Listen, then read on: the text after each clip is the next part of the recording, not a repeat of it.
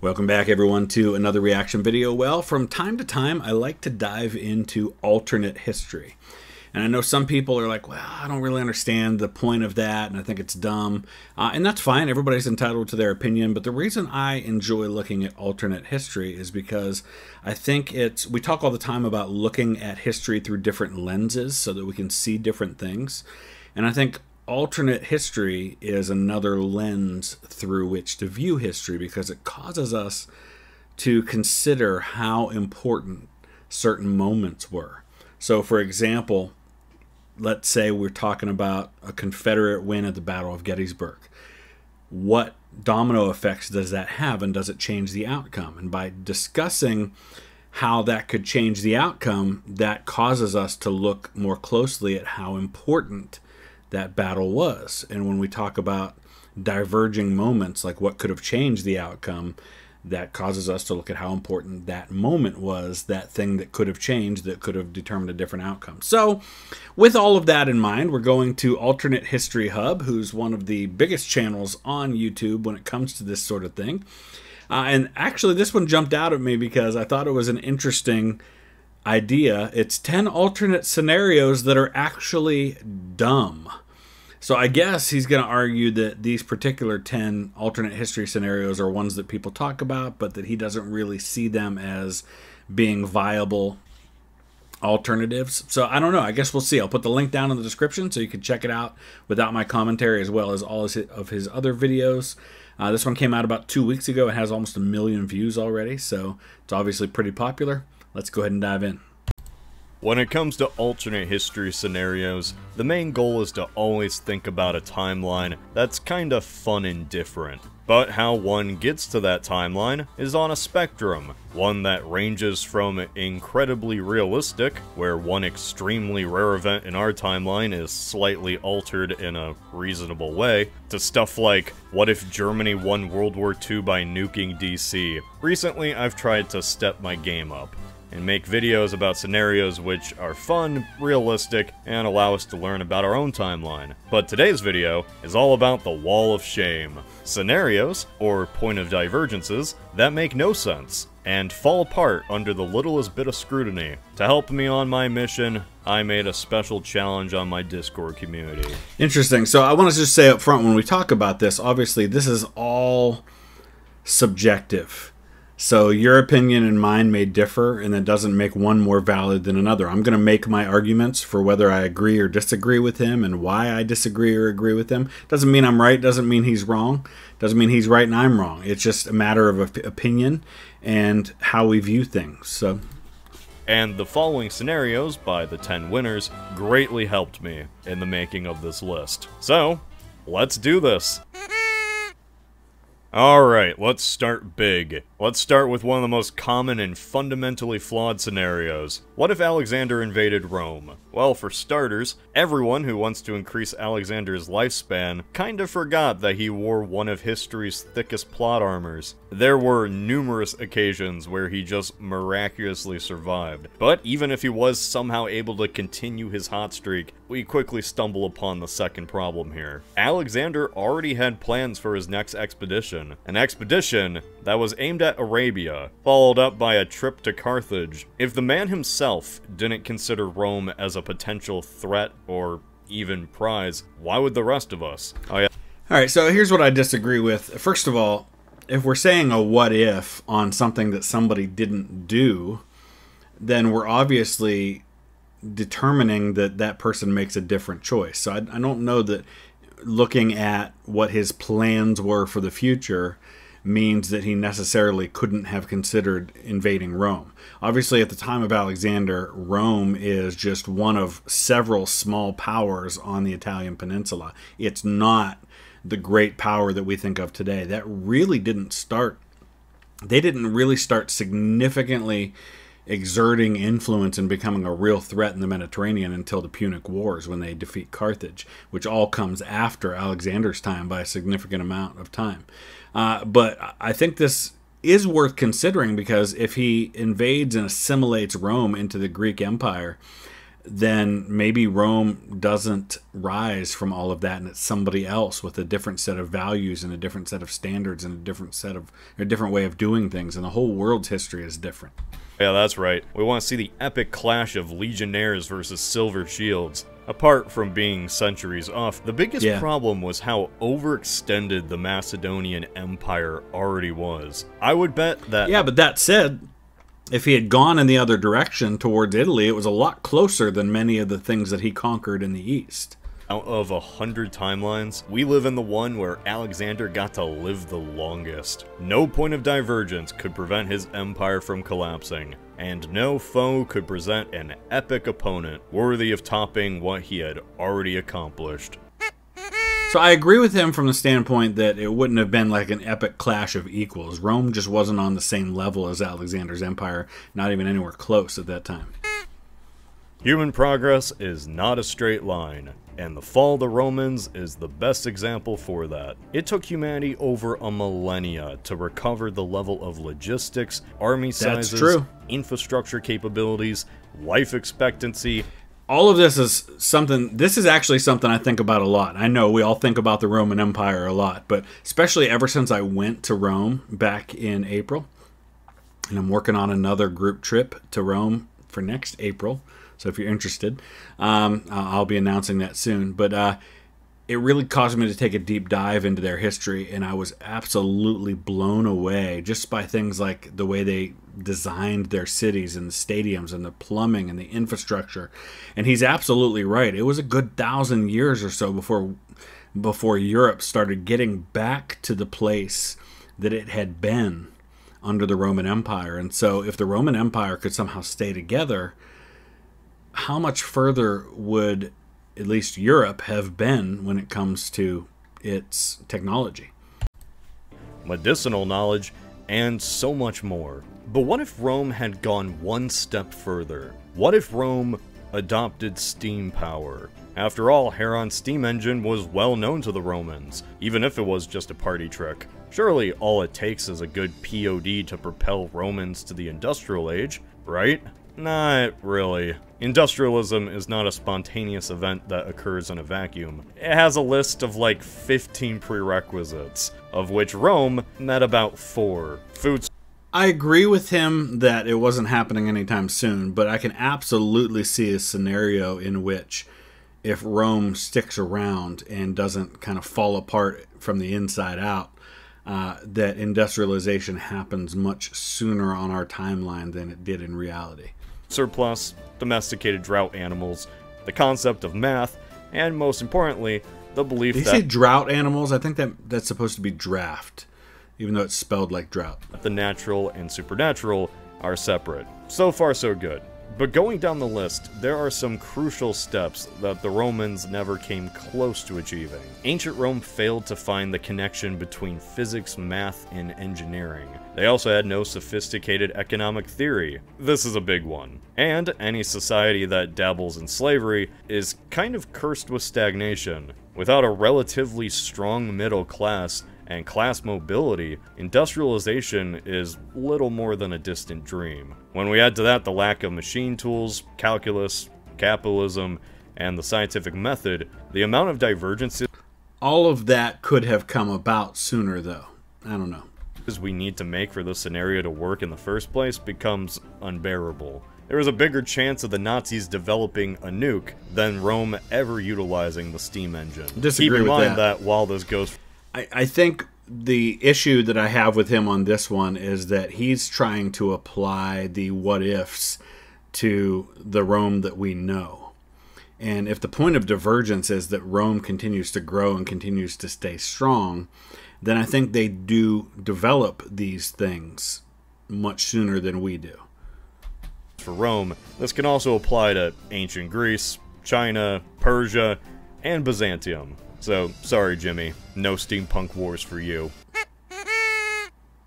This scenario gets a lot of attention, and for good reason. It's fascinating, it seems plausible, and a few slight tweaks could change the course of Britain forever. In our timeline, 1066 marks the end of the Viking Age, largely because Norwegian King Harald Hardrada was defeated and killed at the Battle of Stamford Bridge. Instead of being conquered from the north, England succumbed to the Norman invasion from the south, led by William the Conqueror. But what if Hardrada's fierce berserkers weren't caught off guard by the Anglo-Saxon king? Following his victory against Godwinson, he would march down to London and repel the Normans. Yeah, sadly, this latter part is what earns the scenario a part in the video. For the legendary Hardrada, also known as the Bulgar Burner. So, my difference with him on this one so far would be that the opposite would happen. He's arguing here that Harald Hardrada, instead of losing at Stamford Bridge, so Harold Godwinson, who becomes King of England in 1066, marches north, defeats Harold Hardrada, then turns around and has to take on William the Bastard, the Duke of Normandy, at Hastings. William got delayed in that fight. So what if Harold Godwinson goes south, defeats William the Conqueror first, because he very nearly won that battle anyway. Defeats him, then goes up north, and Harold Hardrada is able to defeat a weaker army who had just fought the Battle of Hastings. To be victorious, he needed to deal with William as fast as possible. But this meant that the Norwegian army, which just crossed the North Sea and defeated the Anglo-Saxons, now had to rush all the way down south. More than likely, he would take his time to rest his soldiers and take control of some crucial settlements and castles. The battles of Stamford and Hastings are just 3 weeks apart. Yeah. And Godwinson was able to pull that off only because it was his territory to defend and freely traverse. But let's make a massive leap of faith and say that a wounded and exhausting Viking force, which somehow gets accepted by the locals, meets the conqueror. The thing is, the Normans... He says somehow gets accepted by the locals, but remember, for a good bit of this century that we're talking about, the Vikings, as we call them, the Norse powers, had been the ones ruling England. So I don't know if I agree with the argument that this was friendly territory for Harold Godwinson and not for Harold Hardrada.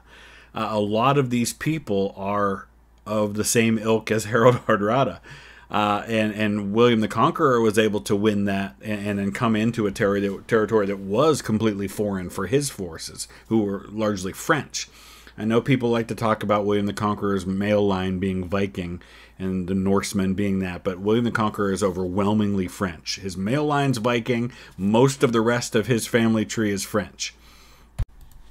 were just as good on the field, and William was a much better strategist. Hardrada was a decent tactician, sure, but he's more well known for his legendary bravery and skill in combat than being a strategic leader. Then we have the cavalry, or at least the Normans did. The X-factor in medieval warfare. The tanks that dominated the meta until the advent of gunpowder. No amount of Viking war paint and fury could stop the charge of the heavy knights. And I don't know though, because again, we forget that William the Conqueror nearly lost the Battle of Hastings.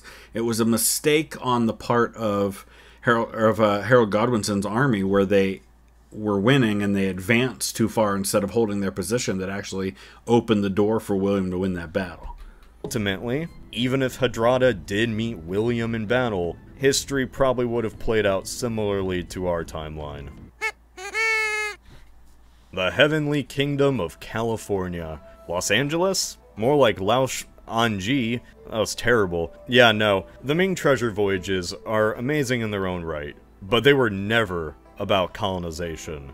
The goal was to build giant ships and sail to known civilizations. Okay, so I'm going to kind of let this one play out. I don't know a lot about Eastern Asian history, and I've acknowledged that before, so there's not a whole lot I can say about this one. That everyone would acknowledge the superiority of Chinese pottery. This was a vanity project of the Emperor, who, let's face it, had more resources than he knew what to do with. And like any enthusiastic hobbyist, once they die, I don't think their next of kin is going to continue dumping cash into their 40K collection. There was nothing the Americas, or the rest of the world for that matter, could offer the Chinese and the Confucian religion, which unlike Christianity didn't put heavy emphasis on evangelizing others. China really didn't care about others. The American West Coast is twice as far from Asia as the American East Coast is from Europe. Yeah. And it has half the value of the East Coast. Instead of fertile lands and navigable rivers, you get mostly mountains, desert, tundra. All in all, even if the Ming had made it to America, they probably wouldn't have seen worth in it. Sadly, as cool of an idea as it is, to the Ming, it would only be a terrible idea. Actually, to the Ming, it wouldn't be an idea to begin with. Alright, so instead of China going east, what if the Aztecs did? Like, they load up their jaguar warriors on big canoes and somehow sail to fight the Spanish. Probably don't even need to explain why this scenario isn't the most realistic. This one's dumb. But let's do it anyway. Let's say people forget the Aztecs hadn't been around all that long. You know, we think that, I think some people have the idea that the Aztecs were this, like, thousands of years old empire that had existed undisturbed for millennia until the Europeans came and wiped them out. They hadn't been around that long.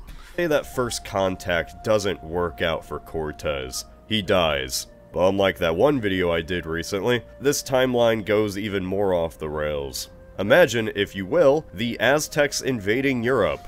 Ignore the lack of seafaring tech needed to even reach Europe in the first place. Somehow they make it. So think about how long it took for Europe to make that voyage. He's right, the technology just wasn't there at all for this. What if they had?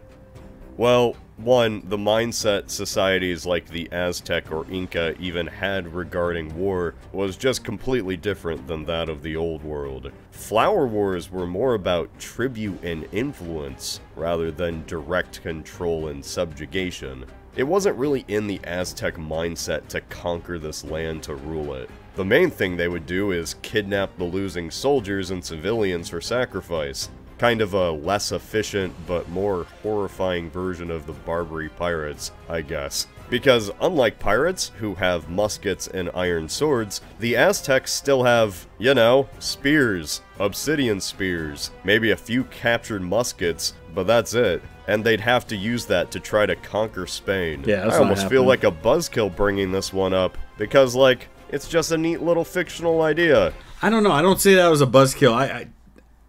Are there people who actually think that this was possible? That actually, like, throw that out as a plausible scenario?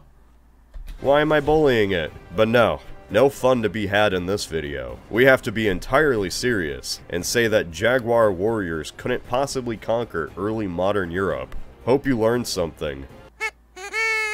Interesting. On face value, this scenario is pretty interesting. The POD being Prince Albert dying a little earlier than in our timeline. Queen Victoria never receives his advice to find a diplomatic solution to the Trent affair. As a result, the Warhawks and the British ministry stoke the flames, seeing an opportunity to break the... Alright, so just to pause here, the Trent affair is this whole issue where... you know, it's the American Civil War, and there are these Confederate diplomats that are going to the UK, and, you know, the idea is the Confederacy recognizes that just like during the American Revolution, they're going to need European intervention in order to defeat the Union. The Trent gets stopped, these diplomats are detained, it causes a big stink between the American government, you know, Lincoln's administration, and Queen Victoria's government in the UK. And initially, the Secretary of State, who is William Seward, wanted to take a pretty hard line with all of this. And it was Lincoln who kind of softened the stance of the U.S. government, and I think did the lion's share of the work in causing this to have a diplomatic end. I honestly don't believe that any of the scenarios where the British intervene in the American Civil War are plausible. I just don't think that they were ever that close to having that happen.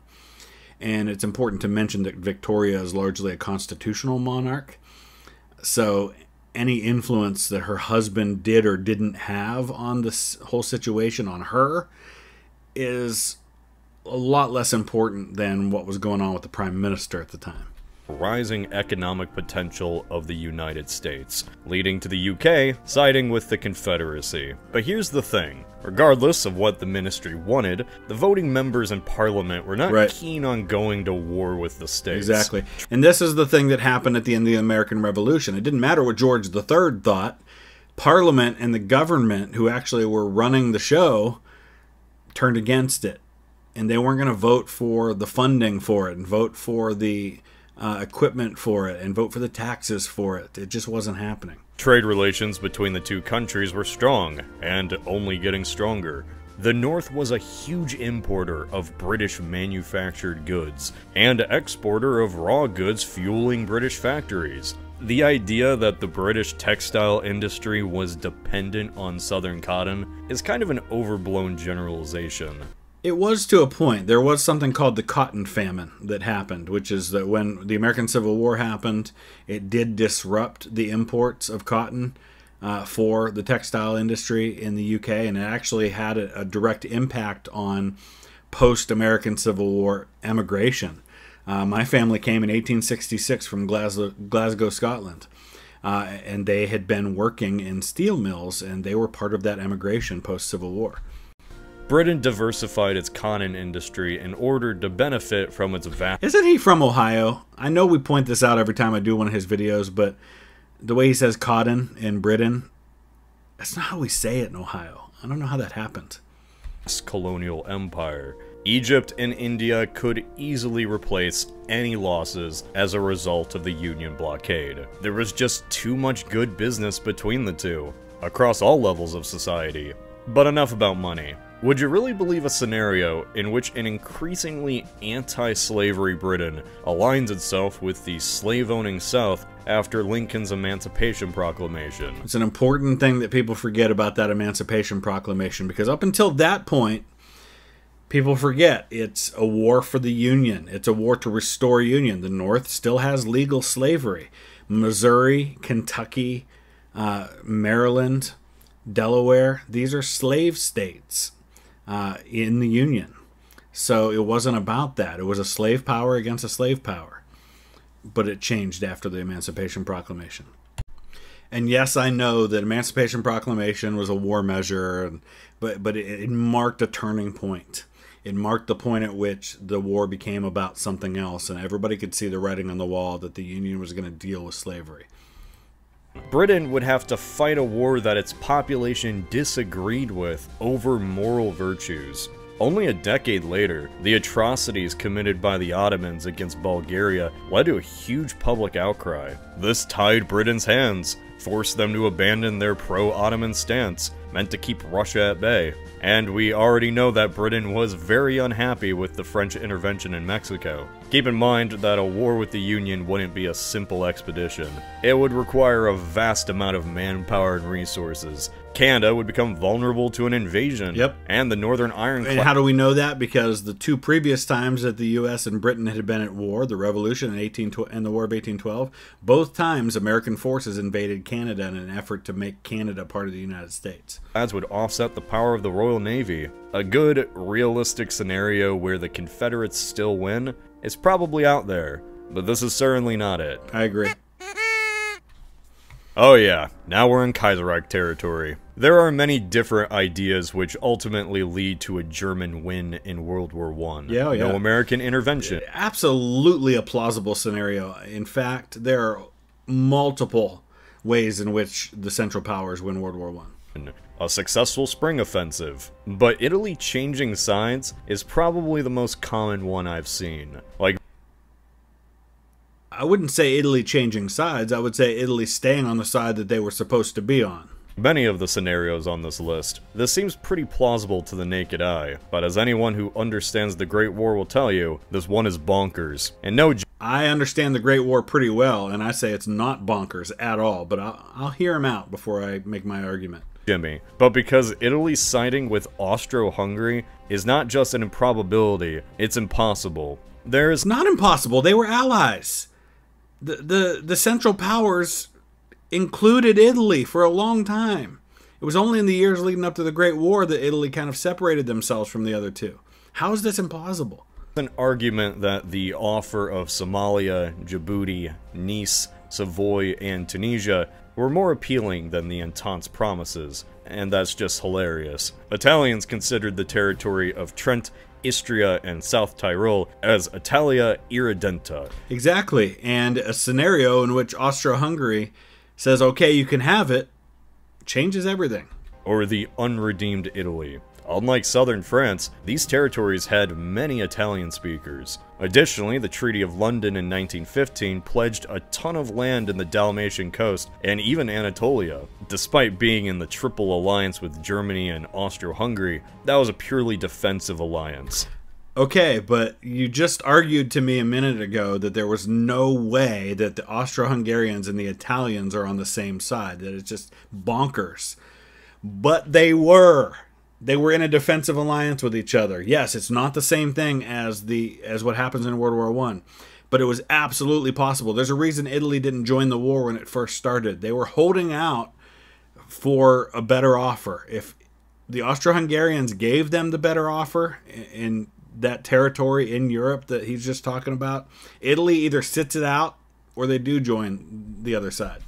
Which wouldn't force the Italians to go up against a coalition with considerably more naval power. In 1914, the fragile Italian economy was dependent on American, French, and British imports, particularly coal. The South still relied on subsistence farming, and Italy also subsistence farming. Subsistence farming is where you're basically farming for yourself. You're making enough to feed your family. You're not doing it as a cash crop that you sell or export in order to be able to import other goods. Imported large amounts of food from France. By joining Germany, Italy would risk a total blockade of the boot. They would have to face a more powerful French army, suffer economic collapse, and essentially give up its claim on what they considered rightful Italian lands. All of which would be done so they could aid the aggressor who offered them fewer rewards.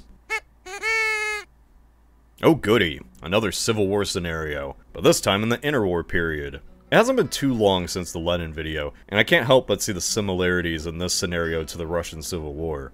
Yet again, we see an overconfident government split into many different factions, each with their own If you've played Hearts of Iron 4, you're probably very familiar with the Spanish Civil War. interests. The Republicans were divided into moderates, socialists, anarchists, communists, and regionalists. This is a great point, is how many factions there were. And these types of factions existed in other European powers in the post-World War I period. And there's a lot of places where it was up in the air who would come out on top. There's very plausible scenarios, for example, where socialists or even communists come out on top in places like Germany and France. And then we have a very different landscape in Europe in the post-war world. While the nationalists were far more united. On top of that, the majority of officers sided with Franco, further hampering Republican leadership. Many see the Spanish War as a training exercise where foreign powers got to test out their toys. True. And that is certainly true. But no matter how many volunteers and equipment you throw at the Republicans, or how much you nerf the German support, the nationalists still come out on top. Germany's Condor Legion, 19,000 strong, was a crucial factor in the war. But even before their arrival, the Republicans are being slapped around all over the peninsula. In 1936, even after Germany absorbed Austria, Britain and France were petrified of a regional conflict. So I don't know enough about the specifics of the Spanish Civil War to know whether this is possible, but I feel like Germany not getting involved, which obviously was unlikely to happen, might have changed it. But those of you who know more about that, let me know what you think in the comment section. Escalating into another world war. They and the US were committed to their non-intervention agreements, and also afraid of the spread of communism. So while it may be fun to postulate a world where Hitler didn't support the nationalists, or Franco got shot, the reality is that the Republicans were their own worst enemy, and no divergence can fix that. So picture this. Oppenheimer either gets killed or never put in charge of the Manhattan Project. The US is forced to perform the biggest amphibious landing in human history. All in all, 760,000 Americans would descend upon the Japanese in this final bloody chapter of the war. There are numerous scenarios revolving around World War II. In 1941, the Soviets and Japan signed a neutrality pact that was valid until 1946. But at Yalta, Stalin promised Churchill and Roosevelt that the Soviets would join the war in the East 3 months after Germany's surrender. And then on August 8th, 7 hours before Nagasaki, a bewildered Japan read that the Soviets broke the treaty and had just declared war. So yeah, I mean May 8th is VE Day, Victory in Europe. So it was exactly 3 months. Stalin followed through on his commitment to declare war on Japan. And a lot of people will argue that that was the real factor that led to Japanese surrender, not the bombs. I would argue it's a combination of all of those factors. Talk about a bad day. By August 11th, South Sakhalin was occupied, and Japanese intelligence estimated that the Allied invasion was only a few months away. Which was right, because downfall was scheduled for November 1st. People make these simulations in which 600,000 Japanese, all loyal to the Emperor and the Bushido Code, fight against the Americans for every island. But in reality, Japan was ready to give up. Like, it was over. The thing is, they were against the unconditional surrender of the Potsdam Declaration. The Supreme Council was already meeting and discussing the terms when they heard of Nagasaki. And yet, when the emperor made the decision that they were going to surrender, there was a coup attempt because they didn't want to surrender. So I'm not buying this idea that Japan was on its last legs and they wouldn't have fought on. And they still didn't surrender after either bombing, despite not knowing that those were the only bombs America had. That Soviet invasion in Manchuria was just kind of the final nail in the coffin. Manchuria was Japan's breadbasket, and all of it was lost to the Soviets within 3 weeks. They never anticipated that the Allies and Commies would work together, and they didn't? The Allies and Commies had been working together for years in Europe. Why would they not have anticipated that? Willing to stall for time, but this blitz melted that hope away. By the time November rolls around and the invasion is about to begin, that unconditional surrender would either be accepted or a slightly softer version of it would be negotiated to avoid hundreds of thousands of lost lives. Yes, I did believe that misconception too. I'm not going to argue forcefully against him on that one, but not sure I agree. Man, this scenario could honestly be a whole video. Look, Man the High Castle was never meant to be a realistic alternate scenario. When it was first written, alternate history wasn't even really a thing. This was a trendsetter. This was just another science fiction story by Philip K. Dick, a science fiction author. This is like overanalyzing Blade Runner as unrealistic. This map isn't meant to be accurate, but sometimes people on the internet still post about it. Isn't meant to be accurate. I mean, it's alternate history. All alternate history is inaccurate because it didn't happen. So I'm not entirely sure what he means by that. Like it is. Like this is really what America would be like if World War II went a different way. It's just an alternate history scenario, right? I mean, isn't that what your whole channel's about? And that's where I draw the line. You really did it this time. So, in the world of High Castle, Germany wins. America never recovered from the Great Depression because FDR was shot in the face, and they were economically too weak to wage a war against Germany. And people do forget that there was an assassination attempt on FDR that nearly killed him.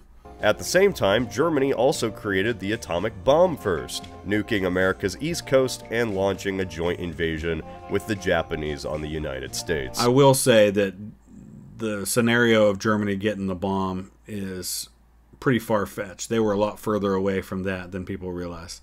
By the time of this alternate 1960s, America is pretty much split down the middle between the two. Cool story premise, interesting dystopia, not an actual threat. This was never gonna happen. For one, Hitler never had any intention to make an atomic bomb. The Nazis deemed atomic fission as Jewish magic, because many of the most renowned physicists at the time, like Einstein or Oppenheimer, were Jewish. A Hiroshima-style bombing to force an American surrender was never in the cards. And really, this was something that would always be held over Germany's head, whether they won the war on the ground or not. But this isn't about Germany winning World War II. Oh no. This is about this scenario, this map.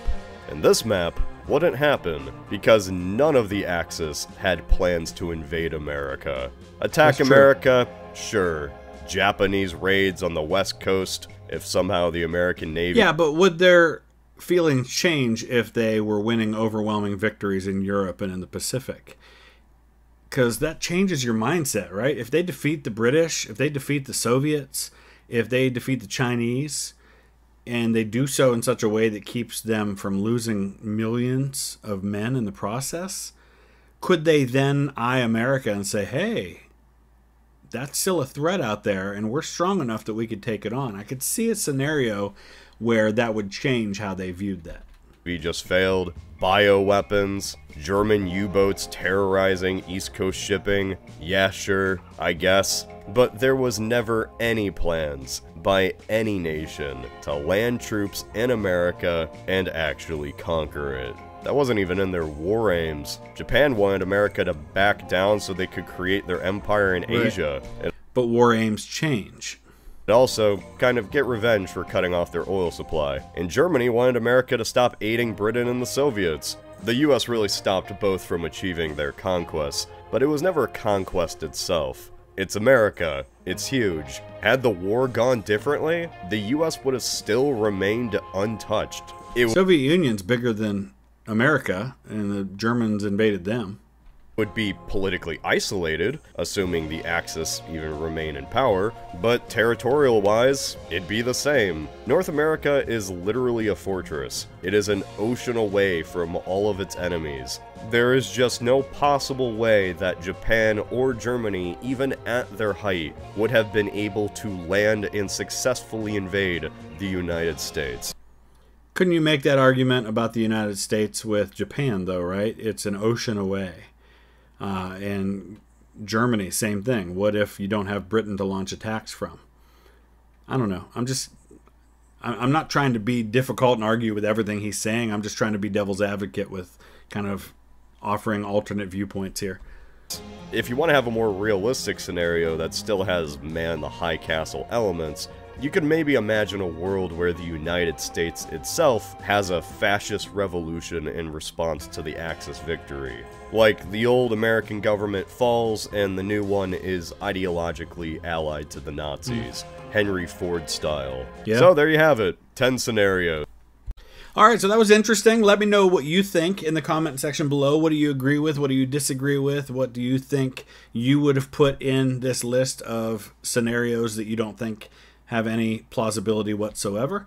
And like I said, check out his channel for all of the other kinds of alternate history stuff if you're into that sort of thing. I want to thank Hunter in Fredericksburg, Virginia, a great place, as well as Rebecca in Kansas City, Missouri. Thank you both for your support on Patreon. Could not do it without you. See you soon. Thanks for watching.